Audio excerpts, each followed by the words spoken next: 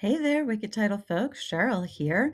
And today I am going over the basics to give you a big picture understanding of the new FinCEN real estate reporting rule. So let's start with what is it?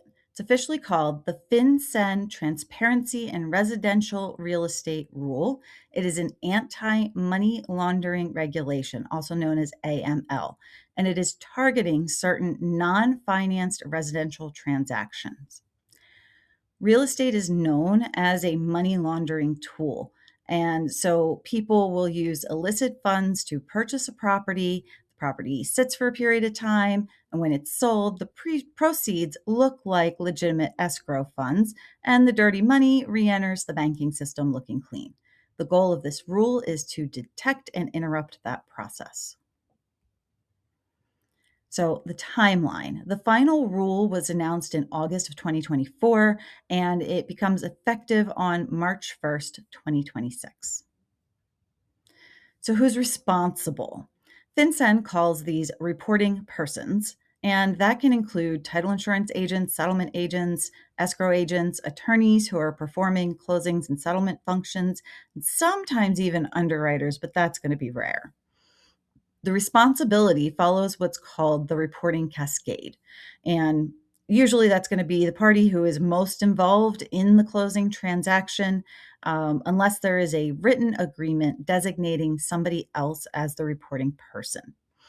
So if your shop touches closings, assume you're going to be pulled into this, either as the filer or at least as the party everybody stares at when nobody else wants to do the filing. So the types of transactions that are involved, they have to tick all three boxes. They must be non-financed. Now, that can mean all cash, but it also means something that's financed in a way that is not a traditional bank, a hard money lender, for example, but there are other scenarios. It must be a residential property, which we'll get more into in a moment, and the transferee or buyer has to be a legal entity or trust. And just for clarity, because what we all needed were more labels for parties we already have, the transferor is the seller, the transferee is the buyer. The buyer's status determines reportability, the seller's status does not. But if a transaction is reportable, you're going to collect information on both. So, does residential mean what you think it means? Maybe.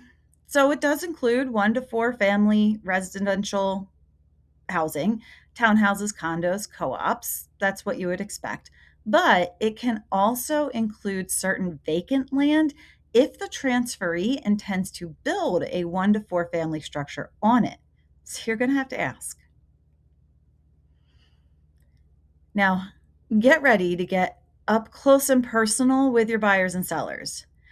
You might not need to ask for the color of their underwear, but it's going to feel like it. The reporting person has to provide property details, total consideration paid, and payment details. The buyer, transferee, and seller, transferor information, including names, addresses, identification, tax numbers, citizenship details, and more. Now, I can hear the suspicion in your voice as you're already asking, what kind of more? That's going to vary depending on stuff, but it could include information about the person who will be signing the paperwork, because that might not be the owner or the trustee, who owns the trust or the LLC, and details about those owners. And is that trust owned by an LLC, which is owned by another LLC? Shell companies are like Pokemon, gotta catch them all. And FinCEN provides a read-only view of the real estate report form so you can see the structure without guessing. I have links to that inside the Wicked Title Forum. So, your timeline, when do you have to file these reports? That needs to happen online through the BSA e-filing system within 30 days of settlement or by the end of the month following closing, whichever one is later.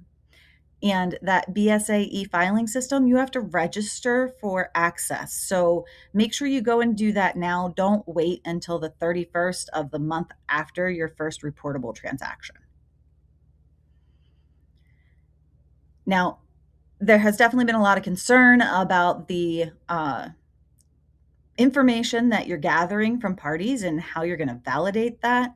FinCEN has clarified and said that you can rely, using legal term, reasonable reliance, on the information provided by other parties, but it has to be certified as accurate by the transferee. So to make this perfectly clear, you need to add something to your closing package that will be signed by the parties who gave you information, stating that that information is true and correct to the best of their knowledge. And if you really want to get fancy, you might toss in some indemnity and hold harmless language just for funsies.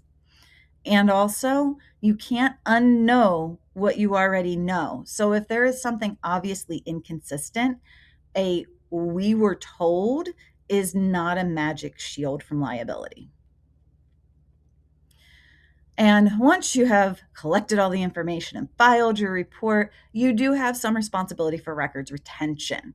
According to FinCEN, reporting persons must retain any required beneficial ownership certification, any designation agreement altering the reporting responsibility, and any certification that was used for your reasonable reliance. And you have to keep those for 5 years. Now, most of you are probably keeping records longer than that because of state record retention requirements anyway, so this is probably the least onerous of the obligations. And finally, FinCEN does note that you are not required to retain a copy of the report itself, though many operations may still choose to do that. Personally, I would keep it all. So that covers the basics. I do have far more detailed information inside the Wicked Title Forum. So go to wickedtitleforum.com or scan the QR code, become a member, and you will get all of the in-depth education you need to understand every facet of this, as well as other tools and flowcharts and checklists that you'll find really helpful, and training material for your staff. Again, that's wickedtitleforum.com. I'm Cheryl, and I'll see you again soon.